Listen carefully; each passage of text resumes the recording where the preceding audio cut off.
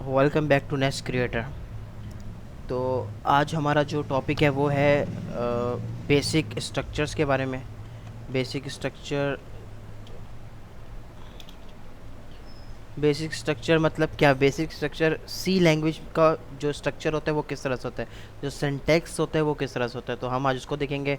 इसके बाद जो नेक्स्ट वीडियो होगी उसमें हम लोग स्टार्ट करेंगे वेरिएबल्स को डिक्लेयर करना और ये सब जो हमारा आगे स्टार्ट होगा।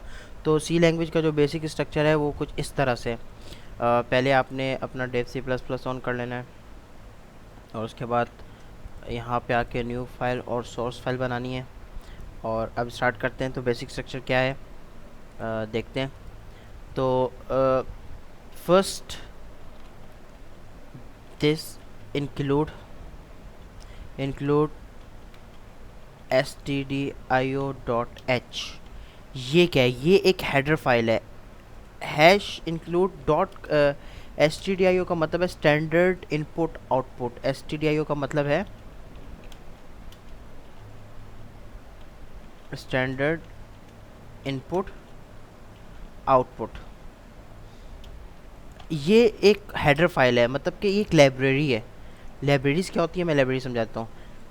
इस लाइब्रेरीज बेसिकली बने बनाए फंक्शंस को स्टोर करके रखती है। जब हम वो लाइब्रेरी यूज़ करते हैं तो हम उसकी जो फंक्शंस हैं हम उसको यूज़ कर सकते हैं। लाइक कि मैं एक एग्जांपल देता हूँ कि आपका किचन है और किचन में आपके पास बहुत सारे कैबिनेट्स बने हुए हैं और कैबिनेट्स में हर कैबिनेट का एक पर्पज़ है। मतलब कि एक कैबिनेट पे अगर आप बिरयानी बनाने का सामान रखेंगे, एक कैबिनेट पे आप निहारी बनाने का सामान रखेंगे, एक कैबिनेट पे आपने पिज़्ज़ा बनाने का सामान रखा हुआ है। 3 कैबिनेट्स अलग हैं। अब जब खाना बनाना स्टार्ट करेंगे तो सिलेक्ट करेंगे कि आपको क्या बनाना है, निहारी, बिरयानी या पिज़्ज़ा। लेट्स सपोज कि मैं पिज़्ज़ा बनाना चाहता हूँ। तो मैं पिज़्ज़ा बनाने का सामान सेट करूँगा। तो मैं ऑब्वियसली पिज़्ज़ा बनाने के कैबिनेट से सामान निकालूंगा ना। तो मैं बिरयानी बनाने वाले कैबिनेट से तो सामान नहीं निकालूंगा। तो हम लाइब्रेरीज भी बेसिकली इस तरह से होती हैं जो फंक्शंस मतलब कुछ ऐसे फंक्शंस आपको पहले से बना के दे दिए जाते हैं जो आप इजीली यूज़ कर सकते हो। तो लाइब्रेरीज़ में बने बनाए फंक्शंस आपके पास मौजूद होते हैं। और लाइब्रेरीज़ ज़रूरी नहीं कि हम यहाँ लाइब्रेरीज़ भर दें, 10-15 लाइब्रेरीज यहाँ हो तो नहीं। कोड आपका वही एफिशिएंट है, जो चीज़ एफिशिएंट है, जो जो काम अंदर हो रहा है उससे रिलेटेड लाइब्रेरी यूज़ करें। अगर वो काम मतलब कि वो लाइब्रेरी किसी काम की नहीं और उसके रिलेटेड कोई नीचे काम नहीं तो वो लाइब्रेरी यहाँ लगाने की ज़रूरत भी नहीं है। तो ये हमने बेसिकली एक लाइब्रेरी को इंक्लूड करवाया जिसका नाम है stdio.h। नेक्स्ट स्टार्ट करते हैं। नेक्स्ट आपके पास होगा इंट मेन ब्रैकेट ओपन।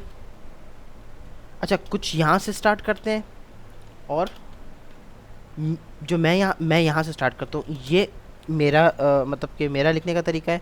अब आपका लिखने का तरीका कुछ और हो सकता है। ज़रूरी नहीं है कि मतलब कि ये स्पेस भी जो बीच में ये स्पेस दिया वो ये स्पेस देना ज़रूरी है, नहीं। आपकी मर्ज़ी, आप 10 स्पेस दें, 20 स्पेस दें, ये आपके ऊपर है, आपको जितना अच्छा काम लगे। तो मैं यहाँ पे स्पेस देता हूँ क्योंकि मुझे अच्छा लगता है ये चीज़ें करना। और मैं इसके बाद यहाँ पे आके मैं इसको एंटर करता हूँ। तो मेरे पास ये है। अब आपके पास आप यहाँ पे लिखें या यहाँ लिखें, ये आपके ऊपर डिपेंड है। सही है। तो अब चलते हैं आगे। ये बेसिक सिंटैक्स है। ये क्या है? ये बेसिक सिंटैक्स है। अगर आपने कमेंट लगाना है तो आप इस तरह से डबल स्लैश लगाएंगे और ये कमेंट है। बेसिकली कमेंट्स होते क्या हैं? कमेंट्स बेसिकली आपकी याद दिलाने के लिए होते हैं कि कमेंट्स हम लोगों ने ये यहाँ पे लेट सपोज कि मैंने एक वेरिएबल डिक्लेयर किया है एक्स इक्वल टू, मैं वेरिएबल डिक्लेयर करने से कारण मैं बता रहा हूँ एक्स इक्वल टू 5। अब ये एक्स मैंने किस लिए डिफाइन किया? तो मैं यहाँ कमेंट लगाऊंगा कि ये यहाँ जाके मल्टीप्लाई हो रहा है, ये जहाँ के प्लस हो रहा है। तो इस तरह से ये आपकी याद दिलाने के लिए होते कमेंट्स। और दूसरी बात ये कि अगर आप मल्टीपल डेवलपर्स काम कर रहे हो एक कमेंट्स एक उस पर, मतलब कि बहुत सारे डेवलपर्स आप लोग काम कर रहे हो एक उस पर, और अब आपने थोड़ा सा कोड लिखा, अब दूसरा कोड आपका दोस्त लिखेगा, तीसरा कोड आपका दोस्त लिखेगा। तो इस तरह से आप उनको कमेंट लगा लगा के बता सकते हैं कि यहाँ से मैंने ये सेक्शन ख़त्म किया है, आगे सेक्शन तुम्हारा ये है। इस तरह से आप कमेंट्स लगाने के लिए आपके पास ये चीज़ होती है। सही है? तो ये हमारे पास बेसिक स्ट्रक्चर है, आपने कुछ नहीं करना। अच्छा, जब आपको कंसोल पे कोई चीज़ प्रिंट करवानी है तो उसके लिए हमारे पास यूज़ होता है प्रिंट एफ ब्रैकेट ओपन और ये टर्मिनेटर लगाना बहुत ज़रूरी है। मैं फिर से बता रहा हूँ, इसको मैं बोलता हूँ इसको टर्मिनेटर। ये लगाना बहुत ज़रूरी होता है। सही है। तो इसका मतलब ये होता है कि यहाँ पे ये लाइन एंड हो रही है, इससे मतलब कि ये लाइन यहाँ से स्टार्ट हुई और यहाँ पे आके एंड हो गई। कंपाइलर क्या करता है बेसिकली सारी लाइंस को साथ कंपाइल करता है, तो ये एंड होगी। लेट्स सपोज कि अगर मैं टर्मिनेटर हटा दूंगा तो वो एरर जनरेट करेगा, वो एरर कुछ भी जनरेट कर सकता है। मैं यहाँ पे आता हूँ। अच्छा, इसको रन करने के लिए आपने क्या करना है, एग्जीक्यूट में आना है, पहले कंपाइल करना है।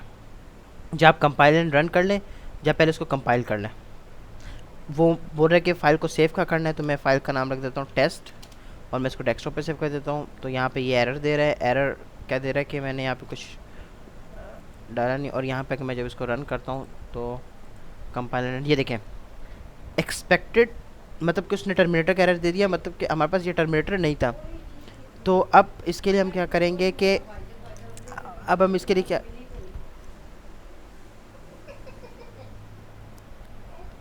अब हम इसके लिए क्या करेंगे कि यहाँ पे टर्मिनेटर लगाएंगे और देन रन करेंगे। पहले कंपाइल कर लेना, तो देखो कोई भी एरर अब शो नहीं हो रहा। तो मतलब कि टर्मिनेटर लगाना हर लाइन के लास्ट में, एक याद रखना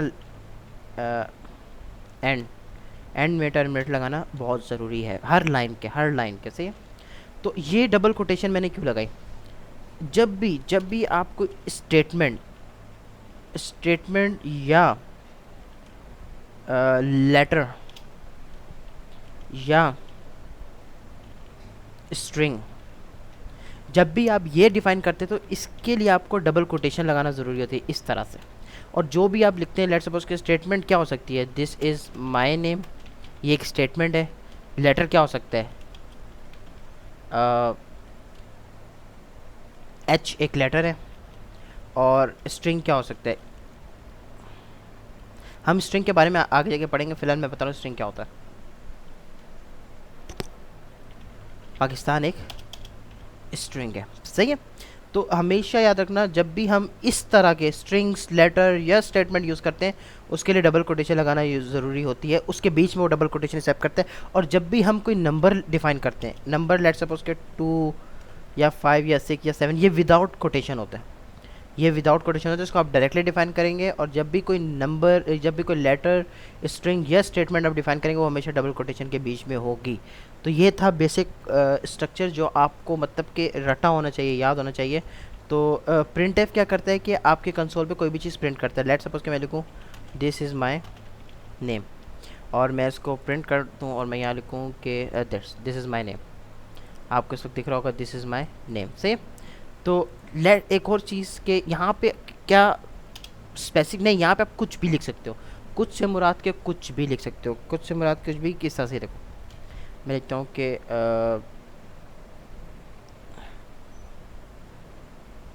तुम पागल हो, मैं एग्जीक्यूट एंड रन करूँगा। उसको ये नहीं पता कि अंदर क्या है, तुम पागल हो या वट, उसको बस ये देखना है कि ये चीज़ इसमें मिल रही है और मैंने इसको एज इट इज़ प्रिंट करना है। तो स्टेटमेंट हमेशा एज इट इज़ प्रिंट होती है, जैसे कि कमेंट करना ज़रूर,